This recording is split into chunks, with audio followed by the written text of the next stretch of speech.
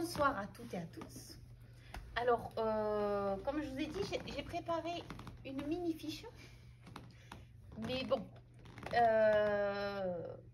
je vais faire simple et farfelu. Je m'appelle Céline Carmentran. Je suis née à Villeneuve-sur-Lot un vendredi. Mais la vie a fait que je suis partie du Lot-et-Garonne un petit peu. Je suis allée, mes parents se sont séparés. Et je suis allée voir dans le Tarn-et-Garonne si c'était mieux. Et puis finalement, je suis revenue à l'âge de 18 ans à Agen. Et puis du coup, c'est pour ça que j'ai un accent très prononcé parce que j'ai l'accent agenais, mais j'ai aussi l'accent toulousain que j'ai attrapé à Montauban. Je ne sais pas pourquoi, parce que je suis jamais allée à Toulouse, mais bon, c'est comme ça. Et j'ai 35 ans. Je crois. Oui, j'ai 35 ans, je suis mariée, j'ai 2 enfants de 4 ans et de 11 ans. J'en ai un troisième à plumes qui s'appelle Bigoudi, qui est un oiseau rescapé de 5 mois. C'est une petite perruche qui m'accompagne partout et dans tous les événements. Et puis, j'ai une boutique à Roquefort qui s'appelle La Jolie Môme, où j'ai atterri il y a 3 ans. Mais bon, ça, je prends des petits résumés, donc on y reviendra tout à l'heure. En fait, je n'ai pas toujours été artisane. À la base, je viens du monde médical depuis mes 17 ans et demi. Je travaillais dans les unités fermées, dans les maisons de retraite. Donc, bon, j'essayais d'y mettre un peu de fantaisie et de magie, mais au bout de 14 ans de carrière, on a fait un peu le tour. Et le système fait qu'on ne peut plus exercer la magie qu'on voudrait. Et donc, j'ai décidé de changer de vie et d'aider les gens différemment. Donc, je me suis lancée sans filet. Jour de décembre, j'ai dit à mon mari, bon, je vais démissionner et je vais faire des bijoux en résine. Donc, il a eu peur. Il s'est relevé. Il a eu encore plus peur. Et finalement, je me suis lancée quand même. J'ai travaillé dur parce que j'avais jamais fait de bijoux ni de résine. Mais en fait, je faisais avec ma magie et des fleurs qui avaient une histoire, avec des gens que je rencontrais au fur et à mesure des journées et de la vie. Et ça a pris. Les gens m'ont fait confiance. Les gens sont rentrés dans mon monde. Et puis, la Jolie Môme est née. Alors, pourquoi la Jolie Môme? En fait, quand mon activité a commencé à marcher, en fait, il me fallait un nom. Et j'arrivais pas à trouver. Du coup, j'ai allumé la radio de ma voiture. Et il y a j'écoute des vieilles chansons. Voilà.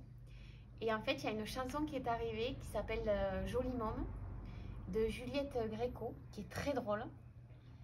Et elle m'a fait beaucoup rire. Et en fait, j'ai dit, c'est comme ça que je vais m'appeler. Et c'est pour ça que ma boutique s'appelle La Jolie Môme. Et il y a 3 ans, j'ai ouvert... parce qu'en fait, chez moi, je n'ai pas d'atelier. J'ai pas de pièces dédiées. Donc, je faisais tout jusqu'à 3 h du matin sur ma table de salon. Je mettais les fleurs séchées, séchées partout dans les chambres. Enfin, c'était un capharnaüm sans nom. Ce qui n'a pas arrangé l'idée de mon mari. Et puis un jour, j'ai dit, il faut absolument que j'ai un atelier à moi et une boutique, voilà, pour que vraiment les gens rentrent dans mon monde et s'y sentent bien. Et puis, quand j'ai commencé, il faut savoir que, oui, ça je ne vous l'ai pas dit. En fait, le pourquoi du changement de vie, c'était aussi le ras-le-bol du système médical. Mais il y a aussi qu'à la naissance de mon deuxième enfant, comme la première, je ne l'avais pas vue grandir par rapport à mon métier parce que je commençais très tôt et je finissais très tard. Et comme je suis une vraie passionnée, je passais 7 jours par semaine au travail. Je me suis épuisée. J'ai pas vu ma fille grandir. Et donc le deuxième, comme j'avais pas du tout dans l'idée d'en avoir un troisième, je me suis dit, je vais prendre un congé parental. Sauf que ben, bizarrement, la CAF m'a oubliée. Et je me suis retrouvée au mois de décembre, au moment de basculer en congé parental, sans rien. Et je me suis assise dans mon canapé. Et comme je me laisse jamais abattre, il y avait des fioles de fleurs séchées devant mon meuble de télé. Et j'ai dit, il faut que je fasse ça, il faut que je fasse quelque chose avec des fleurs séchées. Et j'ai regardé sur Internet ce qui pouvait se faire. Alors j'ai fait des catastrophes. Hein. C'est pas vrai, la légende du tout marche. Non. J'ai fait des catastrophes sans nom. Mais au bout d'un moment, avec de la volonté et quelques faits peut-être, ben, j'ai réussi. Et je suis allée voir ma coiffeuse qui est à Roquefort, Lucie. Et je lui ai expliqué mon problème parce qu'en fait, comme c'était le premier Noël de mon fils, on avait 20 personnes qui devaient venir manger. Et on n'osait pas dire qu'en fait, on n'avait rien pour faire les courses et pour faire les cadeaux de 20 personnes, quoi. Et elle m'a dit, mais moi, dans une semaine, je fais une soirée pour VIP pour mes clientes. Si tu veux, tu mets une table et tu vois, si tu vends pas, ben, tu vends pas. Et si tu vends, mais tu auras de quoi faire la fête, quoi. Et j'ai mis la table et j'ai tout vendu. J'ai tout vendu et les gens m'ont dit, mais il faut vous lancer, il faut vous lancer. Et en fait, il faut savoir que Lucie, elle a son salon de coiffure dans une impasse qui s'appelle l'impasse des Lilas.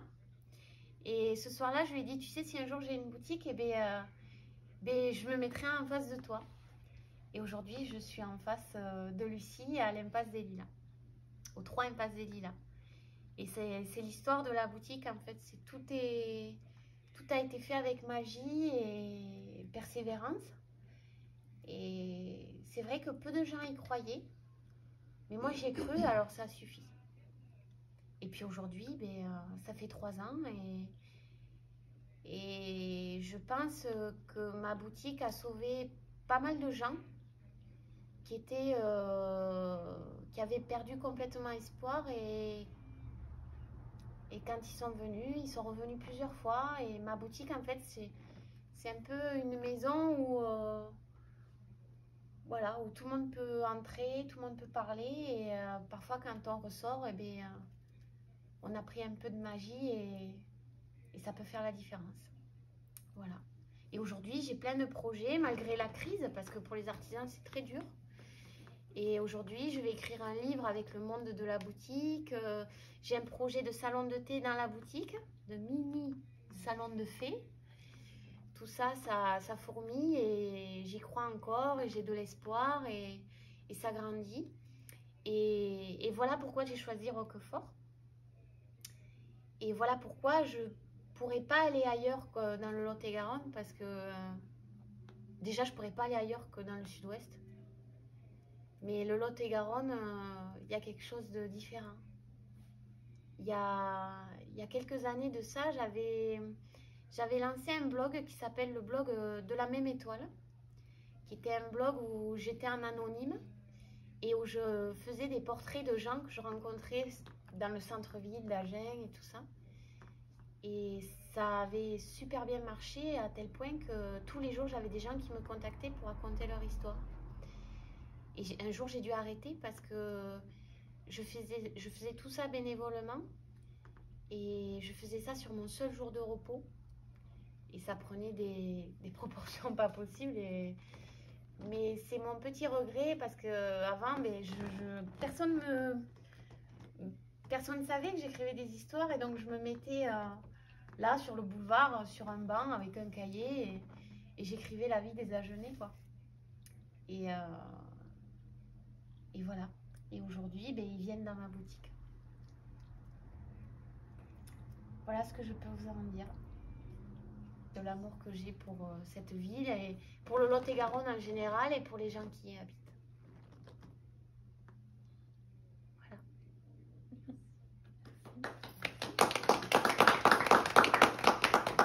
Merci.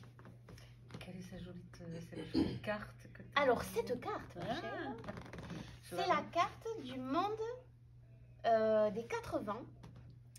Et en fait, c'est la carte du monde de mon livre et accessoirement des personnages qui vivent dans la boutique atelier. Et donc, tous ces personnages, enfin, tous ces endroits et ces personnages sont inspirés de faits réels et de gens plus ou moins formidables qui ont existé. Et donc, ben voilà, il y a des gens, des personnalités, des rencontres à Genève aussi, hein, qui m'ont inspirée pour ce monde-là. Et il y a plus de 150 personnages. Et là, c'est vraiment la carte simplifiée, mais il faut se dire qu'à l'intérieur des villages et tout ça, ben c'est plein de quartiers, de commerces et de gens différents. Voilà. Il faut savoir que Vanessa, qui travaille ici à l'Office du tourisme, fait partie des 5 correctrices secrètes, plus ou moins secrètes. Oui. Mais, enfin, voilà. On en a un peu. Mais voilà, donc le livre est en cours d'écriture et il y a un peu du Lot-et-Garonne aussi dedans. Voilà. Donc voilà cette carte. C'est le monde des 4 vents. On peut la voir, Céline? Oui, oui. Alors, j'avais prévu la grande carte, mais du coup, avec la pluie, j'ai pas pu la prendre. Je vous fais passer. Et il y a aussi le petit descriptif avec les noms que je vais vous faire passer. Et c'est vrai que c'est inspiré de... Alors, beaucoup de ma vie d'avant aussi, parce qu'il y a évidemment maison de retraite, vous l'imaginez, il y a plein d'histoires formidables avec des gens un peu oubliés. Quand on voit les papis, les mamies, on a tendance à un peu oublier qu'ils ont accompli dans leur vie et qui sont réellement derrière ces cheveux blancs et puis cette canne. Et il y en a beaucoup qui vivent au monde des 80. Il y en a beaucoup. Je m'en suis inspirée. D'ailleurs, je vous ai pris quelques... Je savais pas si... parce que je savais pas comment j'allais raconter tout ça. Alors, je me suis dit, je vais peut-être prendre aussi des résumés de quelques personnages et quelques régions si on avait le temps. Donc ça, c'est à vous de me dire. Oui, oui, oui. Alors, qu'est-ce que je vais vous... Alors, je vais vous prendre le moulin du Vieux Jack. Parce que le moulin du Vieux Jack, il est... vous allez le voir sur la carte, il est à... Je ne sais pas où est la carte. Ah, voilà. Il est à la droite de la carte. Ou la gauche? Non. Non, il est à la gauche de la carte. Et en fait, c'est un moulin qui appartient à un monsieur qui s'appelle le Vieux Jack, qui est un papy un peu ronchon qui vit seul. Et en fait, le Vieux Jack a vraiment existé. Alors, dans la vraie vie, je vais vous confier, il ne s'appelait pas Jack, il s'appelait Jacques. Et c'était un papy que je me suis occupée à la maison de retraite et que j'aimais beaucoup et qui avait la maladie d'Alzheimer. Et je me suis toujours dit que si un jour j'écrivais un livre, eh bien, il serait dedans. Et donc, voilà l'histoire du moulin du Vieux Jack. Le Vieux Jack vit seul, il est veuf et n'a pas d'enfant. Son moulin est entouré de champs de blé, il appelle ça son océan. Il n'est de bonne humeur que le mercredi. Le Vieux Jack ne jure que par le soleil du mois d'août et déteste par-dessus tout qu'on le réveille de sa sieste de l'après-midi. Curieusement, il répète chaque fois la fin de ses phrases, comme pour bien être sûr que les gens entendent bien ce qu'il dit. Il apprécie mes visites matinales au moulin et nos conversations farfelues le font toujours beaucoup rire.